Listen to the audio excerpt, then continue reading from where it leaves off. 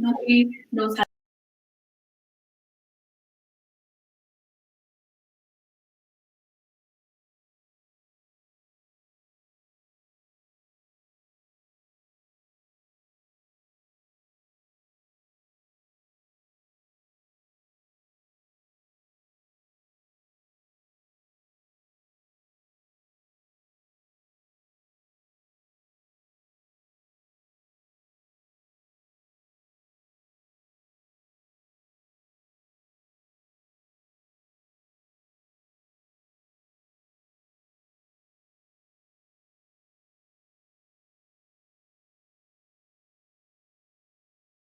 Two, one. Okay, so I'm gonna start. I know it's a little bit earlier than we normally start, but my children hate sleep, and so nobody in my house has slept all night, and so there's gonna be a lot of screaming happening outside. We're just gonna try and power through. So if you hear the screaming, just ignore it, okay? Okay, so we're gonna kick it off. Part 2 of our series. It's a 4-week series. So just a reminder that this is the theme verse from Deuteronomy 6. So last week we talked about your relationship with God, and this whole series is about falling in love with Him and your relationship with Him. Thank you. Thank you. Thank you. Sorry, my husband was just bringing me a coffee. So last week, in week 1, we talked about the initial pursuit. So how he's trying to get you to notice him, how he's trying to, quote unquote, get you introduced to each other, starting a conversation. We left the week off with a challenge to plan dates with him and to look for him and look for the ways that he's trying to show you that he's there, and look for the ways where he's trying to show you that he loves you, and try and be more aware of his efforts, because it's a sad, sad day when he's trying to get you to notice him and you're too busy with something else.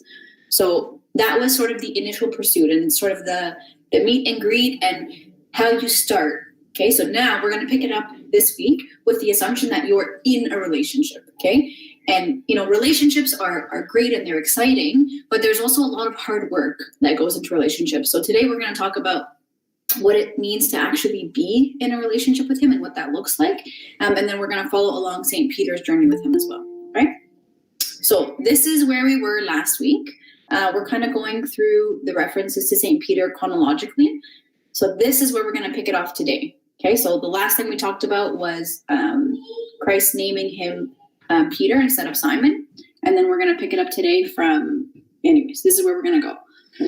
So let's start with the first reference. So normally in OnRoute, I would get someone to read. So can I get someone to read this one as well?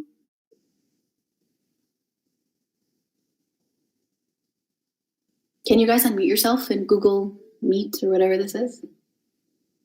Yes, Stephen's saying yes. Okay, so someone, go ahead, jump in.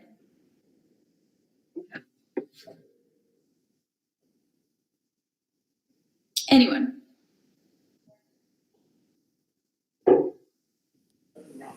I'll do it. And he permitted no one to follow him except Peter, James, and John, the brother of James. Then he came to the house of the ruler of the synagogue and saw a tumult and those who wept and wailed loudly. When he came in, he said to them, "Why make this commotion and weep? The child is not dead, but sleeping." Would you like me to continue? Yes. And they ridiculed him. But when he had put them all outside, he took the father and the mother of the child and those who were with him and entered where the child was lying.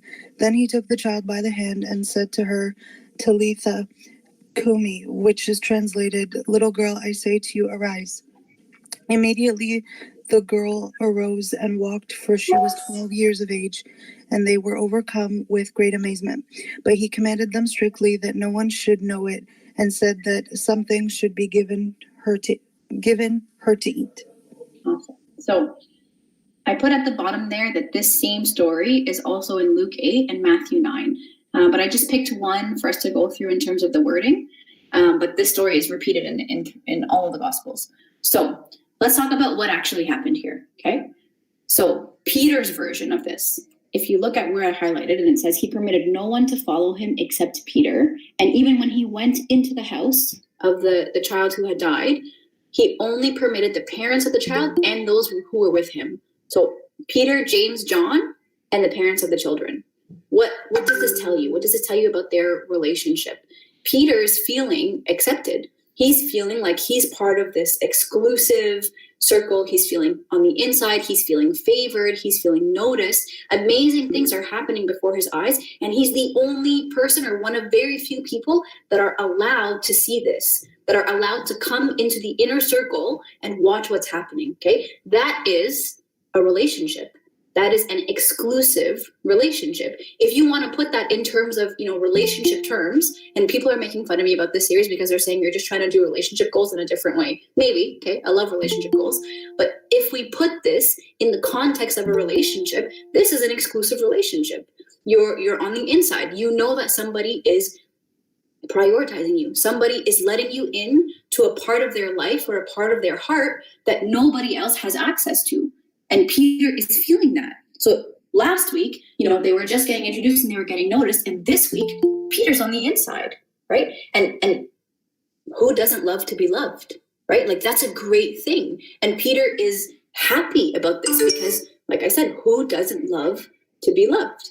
And what's Christ doing here? Okay, he's committing to us. And like I said last week, the question, this whole series, we're not going to talk about whether he loves you, because that is the assumption at the beginning of the series. The question is, can you see that? Can you perceive that? And can you recognize that? So in this inner circle, okay, Christ is committing. Okay, this is like his equivalent of a public display, right? Like when people change their status on Facebook to end a relationship, or whatever, post things on Instagram, or make it known that they are now attached to this person. That's what he's doing, because there are crowds of people that are following him, but he's saying, no, only you and you can come with me, because that's his inner circle. Okay, that is his commitment. Okay, what is our version of this? Okay, here Christ commits to Peter. Peter is feeling the exclusivity. He's feeling the acceptance. What is our equivalent? Okay, always the question that comes to my mind is your faith a part of your life, or is it your life? And there's a very big difference. If you have committed to your faith, okay, like let's say me, okay, I am a pharmacist, or whatever I am, okay?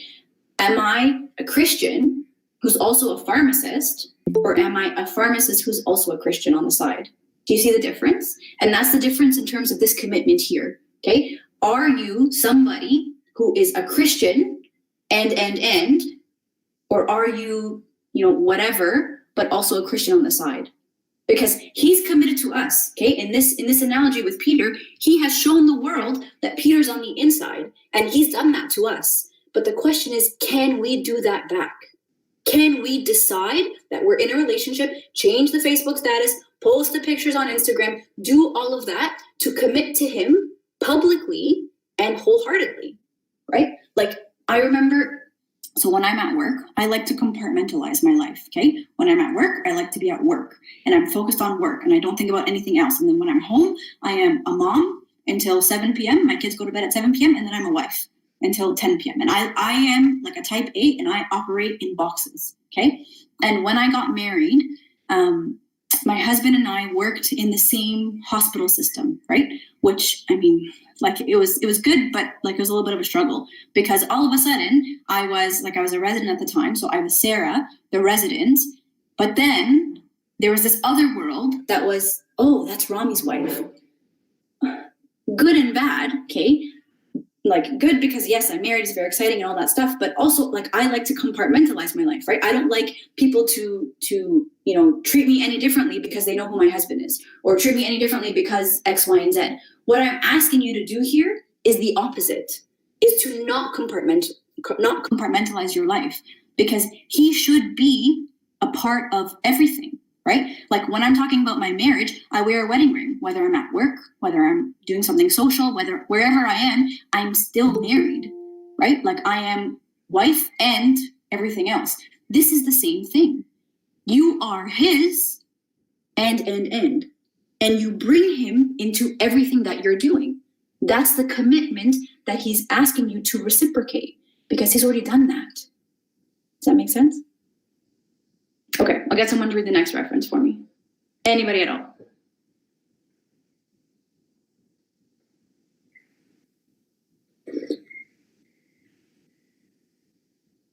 Any takers?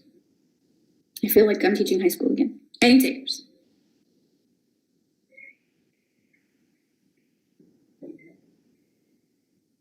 Okay, let me scroll through the list and see if there's any names that I recognize that I can call out. Just call out anybody, sir. Okay. Mark. Let me see how. If that's who I think it is, because I don't see a picture.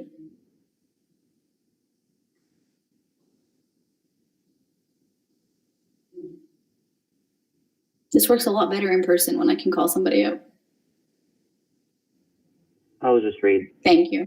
Immediately, Jesus made his disciples get into the boat and go before him to the other side, while he sent the multitudes away. And when he had sent the multitudes away, he went up on the mountain by himself to pray. Now when evening came, he was alone there, but the boat was now in the middle of the sea, tossed by the waves, for the wind was contrary. Now on the fourth watch of the night, Jesus went to them, walking on the sea. And when the disciples saw him walking on the sea, they were troubled, saying, "It is a ghost." And they cried out for fear.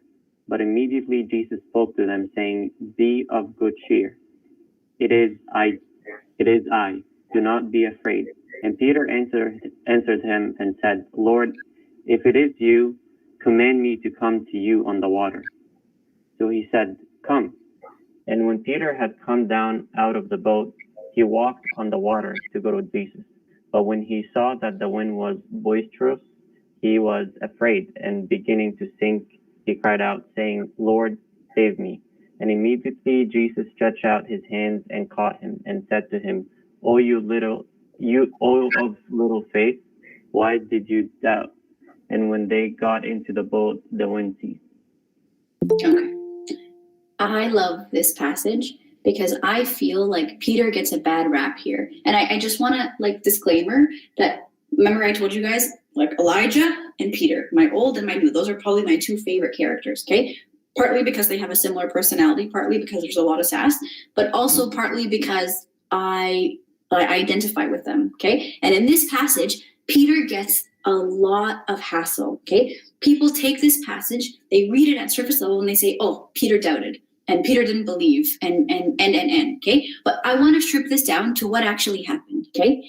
From Peter's perspective, Peter believes in him, right? Like, Peter is committing to him. If you look, he says, "If it's you, command me to come to you on the water." Like, I can't see how far away you are, and I can't see that that's you. But if it's you, I know it's you because I know that you can do great things. I know that you can get me to walk on water if it's you. I can't see you, and I can't confirm that it's you because you're too far away. But if it's you, I know what you're capable of. And if it's you, I know that you can do something miraculous. He doesn't not believe in him. He doesn't know that it is him. But if it is him, he believes. He very much believes. And when Christ said, "Come," like, Peter went. Like, he didn't hesitate. He didn't pause. Like, there's like a storm. It says like the wind is boisterous or whatever. And it's probably not a calm sight. But Christ said, "Come." And Peter came down out of the boat and walked on the water to go to Jesus. Like, yeah, okay, he's human. Like, I mean, I'm defending him now. He's human, and he got like anxious, and he looked down, and then he whatever. But even when he got anxious, he cried out saying, "Lord, save me." Like, he believes. He believes that Christ can get him to walk on water. He is obedient. And when things are not going his way because of his own screw up, he believes that Christ can save him. Like, the first passage was Christ's like public display, his equivalent of his Facebook status change or his Instagram, whatever, saying that he's committed to Peter. This is Peter committing to him. Peter believes in him. Like, Peter believes that he can do that. And now that they have a relationship, Peter can ask him, right? Like, Peter can ask him to do these crazy things. It's like, so like, analogy, okay? When my husband and I started dating, I was very like not about like paying, and I didn't want him to pay for me and all that kind of stuff, whatever. I have my own history and my own baggage about that, but I was not okay with that, okay? And like, it was a big fight for a very long time about who's going to pay him, blah, blah, blah, and I would never be okay with it, and we'd have to split it and whatever. It was just like silly and obnoxious, okay? And then fast forward to like a few years into marriage, okay? Fast forward to like now, okay? Like we'll be somewhere at church and I'll just go and be like, babe, give me your wallet, and I'll open it and find whatever I need so that I can go pay for whatever I need. The difference is that now that I have a deeper relationship with my husband, I know what I can ask. I'm like closer to him, and I understand him, and I understand his motives and his perspective, and I can ask these things. This is Peter. Okay, Peter believes in him. They're in a relationship. He knows, I wouldn't say he knows what Christ is capable of, but he has a better idea, okay, of who he is, and he can ask him that. He can tell him, okay, if it's you, show me that it's you, because I'll walk on water if it's you. And if he's drowning, he can ask him to save him, because now they have a relationship. Now that relationship is deeper. They know each other better, and he can ask that stuff. And so here, Peter is actually committing. Like, I know he gets a bad rap, but if you break down what he actually said, in many, many ways, he's telling him, like, I believe in you. I do. And what's Christ's response to that? Don't doubt how much I love you. Okay? Oh, you have little faith. Why did you doubt? It sounds harsh, but what he's saying is, don't doubt how much I love you. Like, we are together. Okay? We are. And I'm with you, and I'm not leaving you, and I'm not going anywhere, and I have you, I have your back, okay? If you take that and you put it into like an analogy, okay, think about in a relationship, okay? There is a point in time where there needs to be reassurance of how each person feels. There has to be, okay? Like you go from the like casual, 5 dates. For those of you who've been to my goals talks, like I have a thing about, the 5-date rule before you make or break, like you call it or you don't. There needs to be a point where you discuss whether you're in a relationship or you're not, whether you're casually seeing each other or you're pursuing a relationship. Even after you get into a relationship, there needs to be a point where you reassure each other, right? And one of the things that men are called to do is to provide emotional security and to reassure each other that you're on the same page, that you're progressing in the right direction, that you each have feelings for each other that are equal and opposite, right? Like that's a normal relationship. That's what happens, okay? What's the difference? What's the difference, okay? When you need reassurance that he's there, ask him. Ask him. Peter did it, okay? And it worked. Ask him. It's okay for you to ask him to remind you that he loves you. In any relationship, okay? Any relationship, people need reassurance all the time. Why is this any different? Why are we expecting ourselves to be like completely immune to the insecurities that are going to come? The difference is you're going to have those insecurities, but what are you going to do about them? In a normal, like male-female relationship, what makes a successful relationship is your ability to communicate that to each other. Your ability to tell the person that you're with, listen, I'm feeling this way, like, let's talk about it. What's the difference? If you want to have a successful relationship with him that is deep and that is lasting and that is the real deal, what's the difference? He's not expecting you to not be insecure. He's not expecting you to have it all together. On the contrary, he knows better than anybody how little you have it together. So what's the difference? Like, communication is key. He wants you to be vulnerable with him. He wants that because that is a sign that you guys are in a relationship. That is a sign that you are in his heart and he is in yours. When you can be vulnerable with somebody. You're not vulnerable with somebody on the first date. You're vulnerable with somebody when you're deep into a relationship. What's the difference? If you need reassurance, ask him. If you need to see that he loves you in whatever way, ask him. If you need reassurance that you are still in communion with each other, ask him. Okay? Like, think about how many relationships you know where, one person is getting antsy because the other person doesn't want to commit, or the other person is like hiding it from their parents and doesn't want to tell their parents. Okay, if you strip that down to its core, it's that they need reassurance that this person is in it. This is the same thing. Like, the example that always comes to my mind is my daughter recently has this thing in her mind where like she's understanding that she could get in trouble and things like that. And so she gets in trouble, and after we've had our talk and everything's done, her question is always, Do you still love me when I hit Toby? She's very rough with her brother. Yeah, I do. Do you still love me when I am in a timeout? Do you still love me? And that question is so heartbreaking. Like it breaks my heart so much when she asks me these questions. But it's the same thing. And when she asks me, I'm like overly like, oh, of course I love you, and I'm never gonna stop loving you, and you're my girl, and you're always gonna be my baby. And I'm like quick to reassure her because I never, ever, ever want her to doubt that no matter what happens, I love her. This is me and my daughter. Now imagine how badly he wants to reassure you. Like, the love that I have for my daughter cannot possibly, by definition, be a fraction of what he has. And my heart is broken when she asks me those questions, and I'm like falling all over myself to provide the most reassurance I possibly can so that she knows how much I love her, okay? Imagine what he's trying to do for you. Imagine. And you needing to ask him is not wrong. It's not wrong.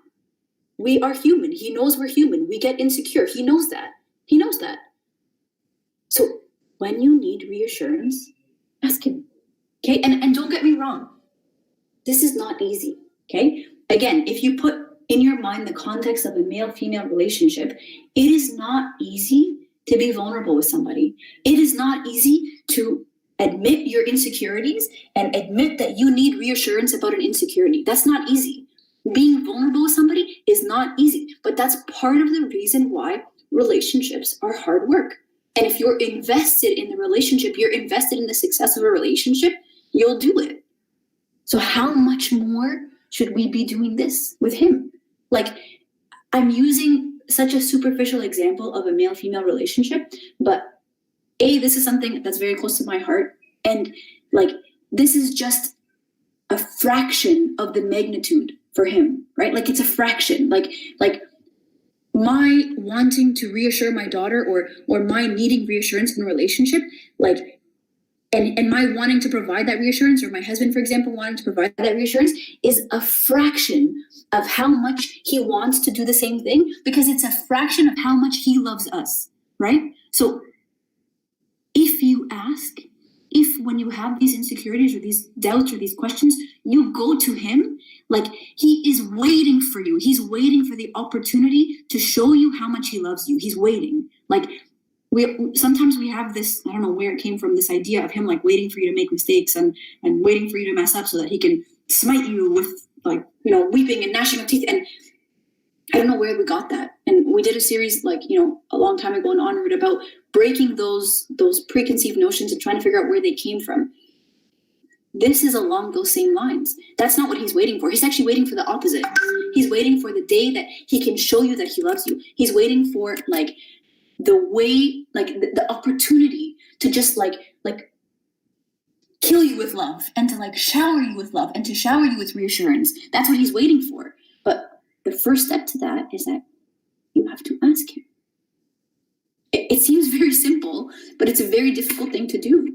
But all he's waiting for is for you to just ask him. Like, when you're in a relationship and it's you know, going somewhere, if you need reassurance, all you have to do is ask. Like, if I'm not feeling it from my husband, all I have to do is ask. He can't read my mind, okay? Like, and once I ask, he's happy to do it. But you gotta ask. Why is it any different? Okay, next example. You get someone to read. It's a little bit of a struggle today getting people to read.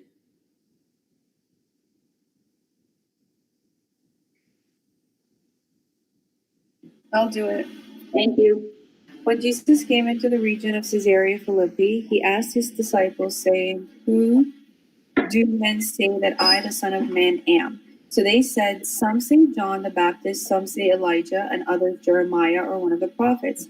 He said to them, "But who do you say that I am?" Simon Peter answered and said, "You are the Christ, the Son of the living God."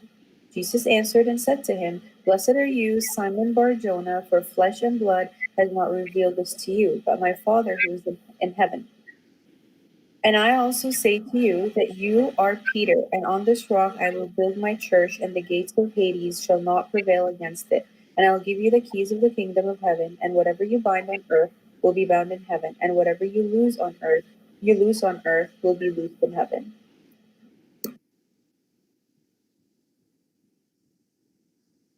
So what happened here? Okay.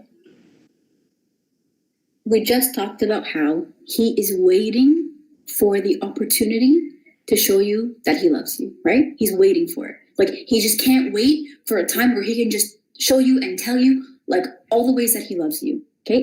And sometimes that might be contrary to, whatever impression of him we were raised in, but, we have a whole series on disproving that, okay? And showing you how loved you actually are. But that's not the question in this series, okay? In this series, the question is your feelings to him. We know how he feels about us. We're going to assume that we all understand how he feels about us, okay? Now the question is how you feel about him. But just to solidify that point, okay, that he is waiting to show you his love, okay? Take this example here of Peter. At this point, they're in a relationship, okay? At this point, they know each other. They are like part of each other's inner circles, okay? They have a relationship with each other. And Christ asks him, "Who do you say that I am?" And Peter affirms what he believes to be true, okay? In the previous example where Peter gets a bad rap, you kind of have to dig deep for whether he believes, right? At surface, it doesn't seem like it and he gets a bad rap, but when you dig deep, you can see that in his actions and in his words, he does actually believe. Now, Peter is spelling it out, okay? Christ asks him, "Who do you say that I am?" And Peter says, "You are the Christ, the Son of the living God." Like, I believe. I believe in everything you are. I believe in everything you tell me. I believe. This is his, proclamation of faith, okay? And what is the answer? Blessed are you, I will build my church on you, you are the rock, and I will give you the keys to the kingdom, and whatever you bind on earth will be bound in heaven, whatever you loose on earth will be loosed in heaven. Just over and over and over and over, positive, positive reinforcement, over and over. Peter said one line, "You are the Christ, the Son of the living God." And he's answered with a paragraph of blessings, a paragraph of Christ's love for him. He's answered with a paragraph. If you ever doubted that you just need to ask, here it is. One line versus a paragraph of all the ways Christ wants to bless him. All the ways. Why? Because now it's reciprocated. I wouldn't say equal and opposite, okay? Because I don't think there will ever be a day where I can love him a fraction of the way he loves me. But in as much as we can, in our human boxes, it's reciprocated. And just that, proclamation of reciprocity prompts this, outpouring of love from him. Prompts this, Peter's, up here now. Peter is the rock, and on Peter the church will be built, and the keys to the kingdom. And, Peter is up there. Why? Why? A loving relationship is a two-way street, okay? From when we are very young, we are always told, pray, glorify, worship, magnify him. Why? Why? Because we love him. These are not empty actions. These are not empty instructions that the church is trying to give you to fill your time, okay? This is the manifestation of a relationship, okay? He shows us, we know, okay? We know the miracles he does for us. We know the magnitude of ways that he shows his love for us. But what do you do? What do you do to show him? Okay? Do we fear him? Sure. Everybody fears him. When you're a kid, that's the first thing you're taught. Baba Yeshua Hayazal and all that stuff. And I don't agree with that, okay? But that's the first thing we're taught is fear. But how do you show him that you love him? How do you show him? Why do we praise? Why do we glorify? Why do we have a whole agbeya about his praises? Why? Because this is how we show him. This is how we show him. This is the equivalent of a guy-girl relationship, and one of the person says, "I love you," and the other person says, "Thanks." What is that? That's right there. That interaction is a make or break right there. Okay? Because either you're in it and you're on the same page, or you're not. This is our "I love you too." That's what it is. And if you can't do that, you have a serious problem. Are you not committed? Do you not understand his love for you? What is it? What is holding you back from being able to say, "I love you too"? What is it? because you have to be able to do that. In order for this relationship to move forward, you have to be able to do that. When my husband said that to me, if I didn't say it back, I don't think we'd be married at this point, right? Like, a relationship is two-sided. It's not one-sided. And the reason we worship and we glorify and we praise and we magnify is because this is our version of, I love you too. Like, if you look at Psalm 22, verse 3, you are wholly enthroned on the praises of Israel. Like, what this is saying is that his throne is built on the praises of his people, okay? Like, just take that in for a second. His throne is built on the praises of his people. If you can't do this, you're in trouble. If you need him to dwell with you, okay? If you need him to be with you, this is the way to do it. Like, he understands our need for his affirmation. He understands. Sorry, one second.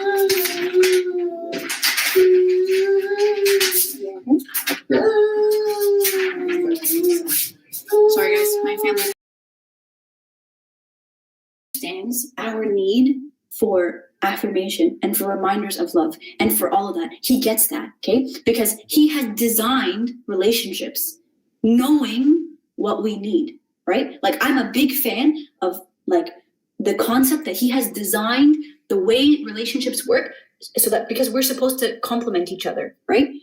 And the reason why you need this and he needs this, or he needs this and she needs this, is because those needs complement each other, okay? He's designed that. There is nobody who understands that better than him, okay? And because he understands that, he does everything he can. You say one line and he responds with a paragraph, okay? Like, Peter, like one thing, and Peter is now the rock and the keys to the kingdom, and he gets that, okay? The question is, do you get that, okay? You get it in an earthly relationship between a guy and a girl, and, you know, if the guy says I love you and the girl says thanks, everybody's like, oh, that's harsh. And you get that there, but for some reason, it doesn't translate into our relationship with him. Relationships are hard work. And part of the reason why they're hard is because in a relationship, it is your job to make sure that that person knows how you feel. And if they don't know, maybe you're not doing enough. It's your job. And like, in goals, we always come down hard on the guys and say, it's your job to provide emotional security. This is not any different, okay? Yeah, he knows, okay? Yeah, I know that he knows, okay? But are you putting effort into showing him? Are you doing that? Okay? My husband can tell me he loves me, but he also has to show me, right? Like, his actions also have to echo that. Because if they don't, then they're empty words. It is your job in your relationship with him to show him that you love him. Are you pulling your weight? Because he's showing you, right? Like I said, this is not the topic of this series. We know that he loves us, but are you showing him that you love him? Peter, okay, had it easy, okay? Peter walked on water to show him that he believes, okay? Peter left everything and followed him to show that he believes. He was right there, okay? What are you doing? What are you doing, okay? You want this relationship to go places. You want this relationship to get deeper. What are you doing to tell him and to show him that you love him? Sometimes, okay, we like to, I don't know what the nice way to say this is. We like to pick and choose the parts of the church rites and traditions that we like, right? So like when I was growing up, Ekbea was super popular, not so popular anymore, okay? My challenge to you is to figure out why that was once important, okay? I think it still is, okay? It depends on who you ask, okay? But why did the church put that in place? Why, okay? The people that make fun of me for this series are going to roll their eyes right now because I'm going to talk about love languages. But what we're trying to do here is we're going to try to find an applicable way for you to show him that you love him. And my challenge to you here is not to pick one, okay? It's to do them all. So the 5 love languages, I don't know if you guys are familiar, okay? The first one is words of affirmation. So what that means is So for anybody who doesn't know what the love languages are, there's like this quiz that you can do online or in a book or whatever if you're in a relationship. And based on your score, it tells you how you best perceive the other person's love, right? So for example, when my husband and I started dating, we realized that I'm showing him love in the way that I receive love, but that's not how he perceives it. So his love language was physical touch. My love language was gifts. Give me gifts, okay? And I'm getting him stuff because I'm trying to show him how I feel about him, and he's trying to hold my hand.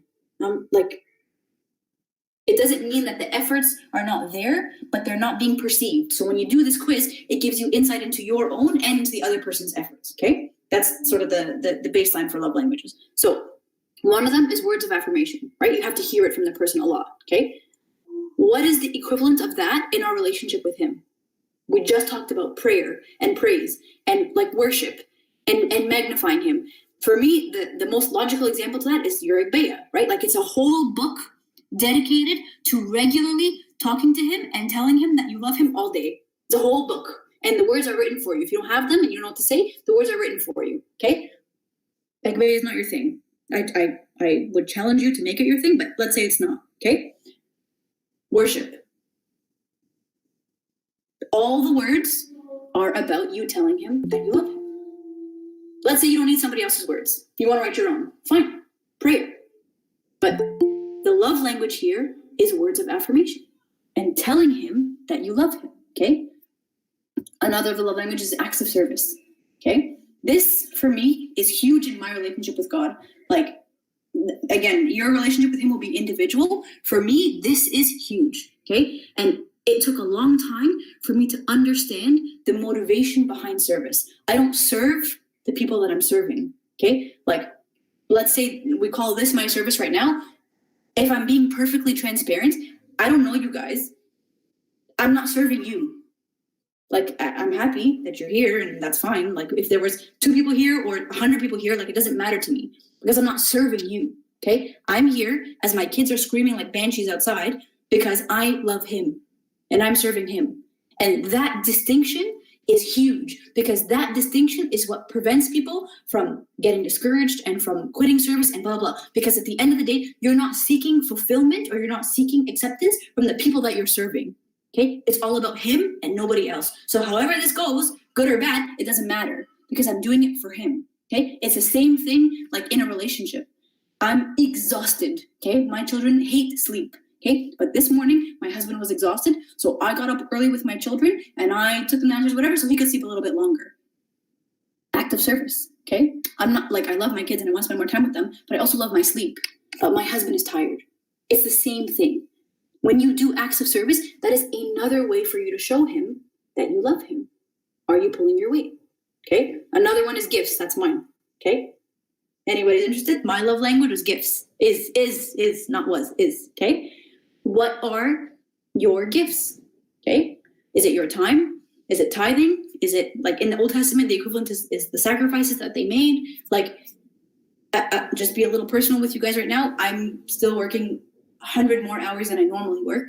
Okay, and I feel like I don't spend enough time with my kids. Okay, like I am looking forward to the weekend like with a new zeal because I don't feel like I spend enough time with my kids because everybody's at home with their kids and I'm working double the hours that I normally work because of all the stuff that's happening, okay? My sacrifice right now is this. Like, this is my time with my kids. This is my weekend. This is all I get with them. But I love him too. More, right? Quality time. We talked about this last week. Doing your quiet time, going on dates, whatever your quality time is. And the last one is physical touch. If you are like my husband and you need something tangible that will ground you to the relationship, that's communion. Like, I mean, maybe a bad time for me to bring this up right now because we're in the middle of the pandemic. However, okay, sorry to put you on the spot, Abuna, they did announce this morning that if you need communion, to reach out to somebody because they can sort of figure it out. I don't know what they're going to do. I haven't talked to them about this, but something, okay? But the point is, in normal times, okay, when you need that physical reassurance, when you need that physical something, that's the sacraments. That's what they are. They are the physical link that we have between us and them. But the question is, are you pulling your weight? Are you trying with words of affirmation? Are you trying with service? Are you trying to make that physical connection? Or are you sleeping in on a Sunday morning? Are you doing your part? Are you pulling your weight? Okay, let's get somebody else to read.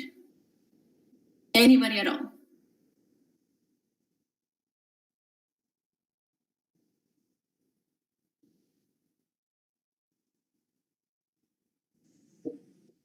I'll do it. When Jesus knew in himself that his disciples complained about this, he said to them, "Does this offend you? What then if you should see the Son of Man ascend where he was before?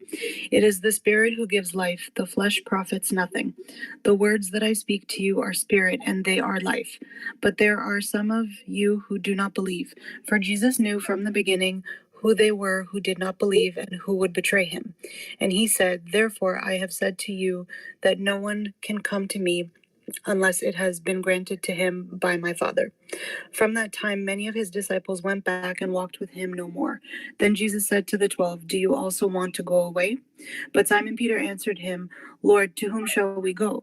You have the words of eternal life. Also, we have come to believe and know that you are the Christ, the Son of the living God." So what happened here?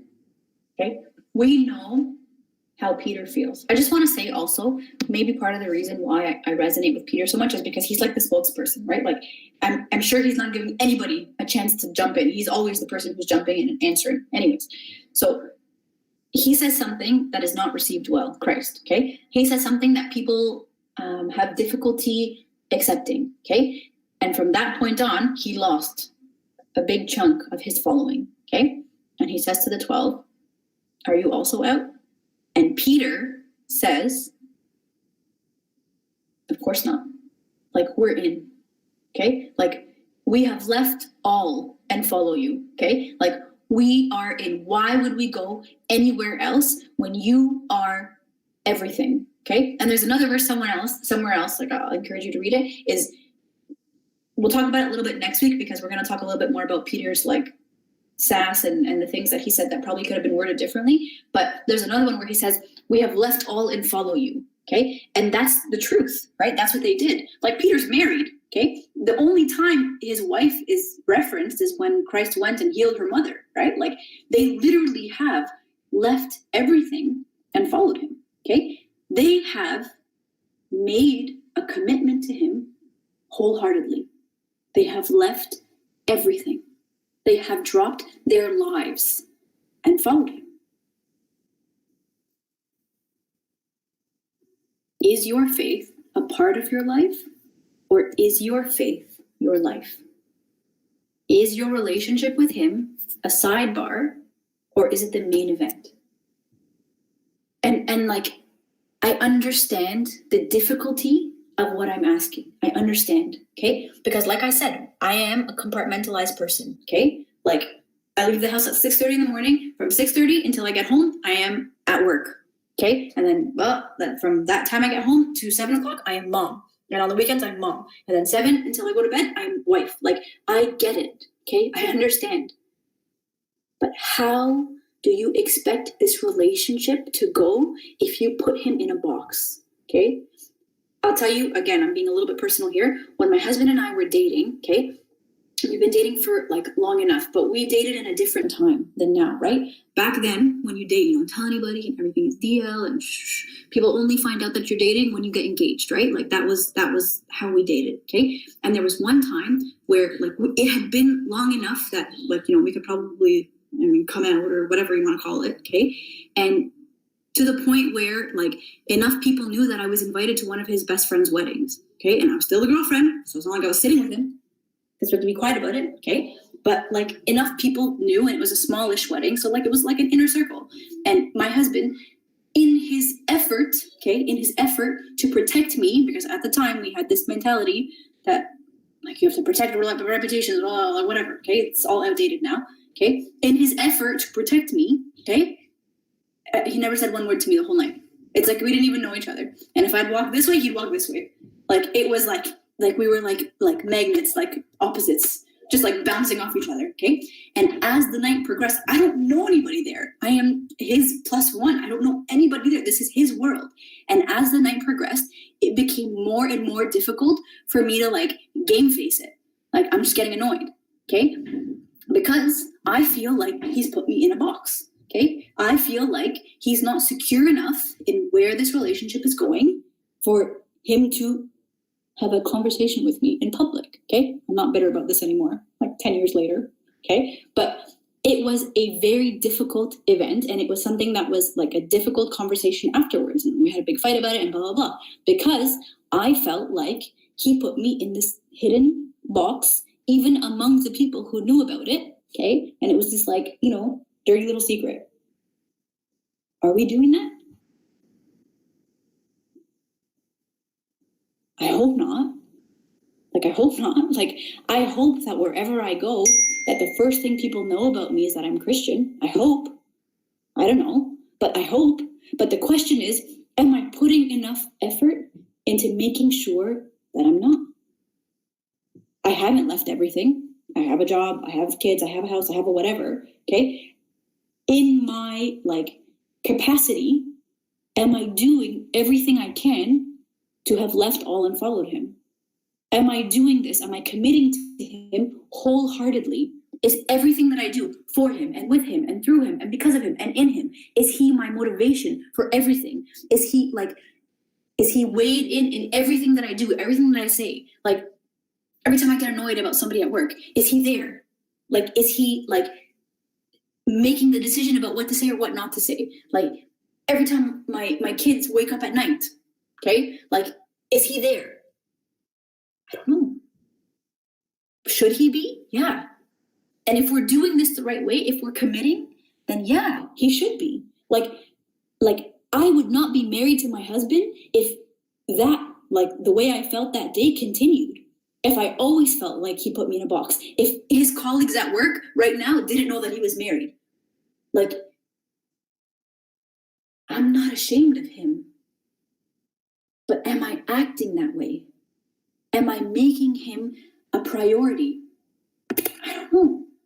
If you were in a relationship with a guy and a girl, I'm thinking back to my own life. If I was in a relationship right now with somebody, if I made Rami feel the way I probably make him feel, if I compartmentalize Rami the same way I compartmentalize him, Rami should not be married to me.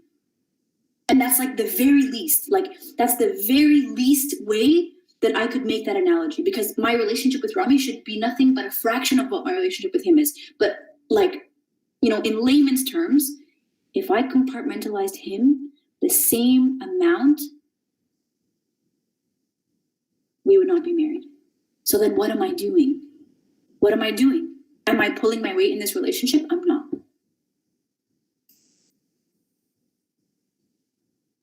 This is the theme verse because this verse reflects, like, the magnitude of where it should be in your mind, in your life, with all your heart, with all your soul, with all your strength. And then, like, if you look, teach them to your children. Talk to them when you sit in your house, like when you're in your social circles. That should be what you talk about. When you walk by the way, when you lie down, when you rise up, you shall bind them as a sign on your hand, and they shall be as frontlets between your eyes. Like, this is the theme verse because this reflects what we're supposed to be doing.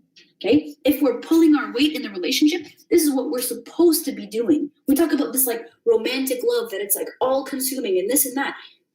When in reality, what we do with him is not even a fraction. Relationships are hard work. So is this. This is a relationship.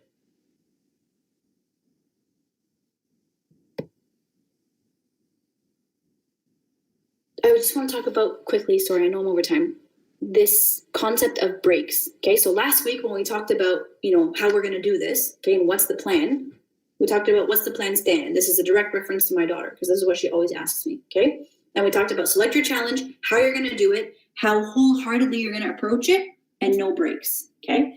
I had a conversation with somebody this week about last week's session, and what they were telling me is that sometimes it's hard to stay focused, like, when you're in it.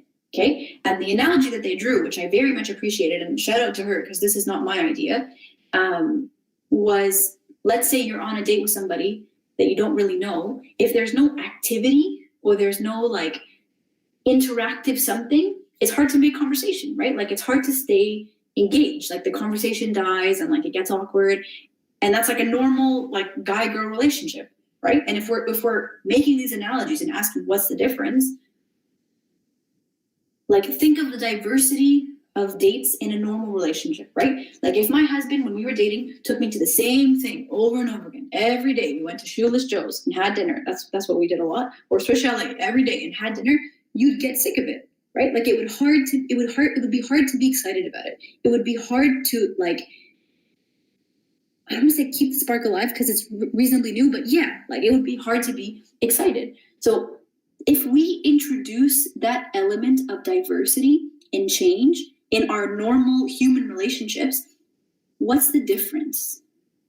Like, if we know that as human beings who are limited, that have like a defined capacity, that we need variety and we need to be doing different things and we need to be having different conversations, why would we not then apply that to our relationship with him?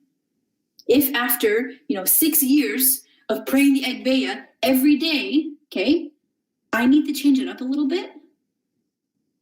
Okay. And like, don't get me wrong, okay? The type of dates that you're going on with him are necessary. And if you think about a guy-girl relationship, sometimes in a relationship, you need to sit down and have a conversation, and that's sufficient. Sometimes you need to be doing something very spontaneous and very fun, and that's necessary. And sometimes you can just, my husband and I used to do this all the time, we just study side by side. We're not even talking to each other, but we're just beside each other and we're studying, and that's necessary too. So why do we not approach our relationship with him with the same level of creativity? It's not at all a reflection of him, right? Like, he doesn't need this, okay? This whole series is about us and what we need to stay with him and to commit to him and to stay focused. And if we know that these are our shortcomings and this is what we need, why wouldn't we address that? Why wouldn't we do something about it, right? Like, we talked about the different love languages and the different ways that you show him, right? Like how you love him, and that's great, but there may need to be different ways that you focus on him. Like what I'm challenging you guys to do is to think outside the box, right? Are there things that you can do with him that keep your focus on him, that are outside of your, tried, tested, and true? I'm not discounting the necessity of the tried, tested, and true. And when things are bad, I revert right back to the tried, tested, and true, because I need what works and where I've seen him and where I've heard him and where I know he is, okay? But in the meantime, why are we not as creative as we are with a normal relationship, right? Like, okay, I'm going to disclaimer here, okay? For those of you who know me, I am not like an artsy, that's not me, okay? Like, I'm a very like science, and my mind doesn't comprehend that kind of stuff, okay? But I don't discount that works for some people, okay? And if that works for you, do it, okay? Like, I have friends who, like, in his presence, love to paint. Okay, that's not me. I'm not artsy, but if that works for you, do it, okay? I have friends who like to go outside in nature, and they see God's glory in, like, that kind of stuff. Again, not me, but if it works, do it. The point here is to think outside the box, right? Like, the same way in a relationship, you put effort into keeping it interesting and doing things differently. Why do we not do the same thing with him? If you need something to change it up and to keep it, different, then figure it out. Like, take that effort and put it into finding something else that you can do with him, that is about him and for him and through him, that you can do together, that you can be in his presence and you can feel him and you can talk to him and you can know him while you're doing that, whatever, right? Like, this is what I'm trying to tell you, is that the effort has to be there. And if your same routine is not working, then you have to change it up. And you have to figure it out, because that's your job, okay? He has pulled his weight and more. The question is, are you doing the same thing? Okay, 12:30, 3-0. I'm not actually late, but I will open it up for questions, criticisms, concerns. I can see stuff going in the chat, but I haven't read it yet. Oh, nothing.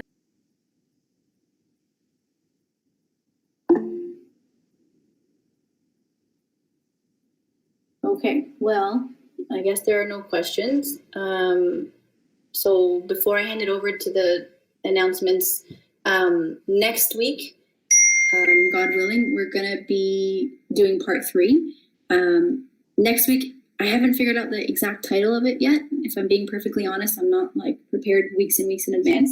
But it's going to be something along the lines of your first fight, right? So the first time that you and Christ not fall out of favor, but don't see eye to eye on something necessarily, or you disagree about something. So, and then next week we're going to get really into Peter's personality, right? Like his sass, and like, you know, he was not very politically correct a lot of the times, and that's going to become very obvious with next week's session. Okay, I'll hand it over to the announcements people. Thank you so much, Sarah, for another great talk. So we will continue the series next week, like Sarah said.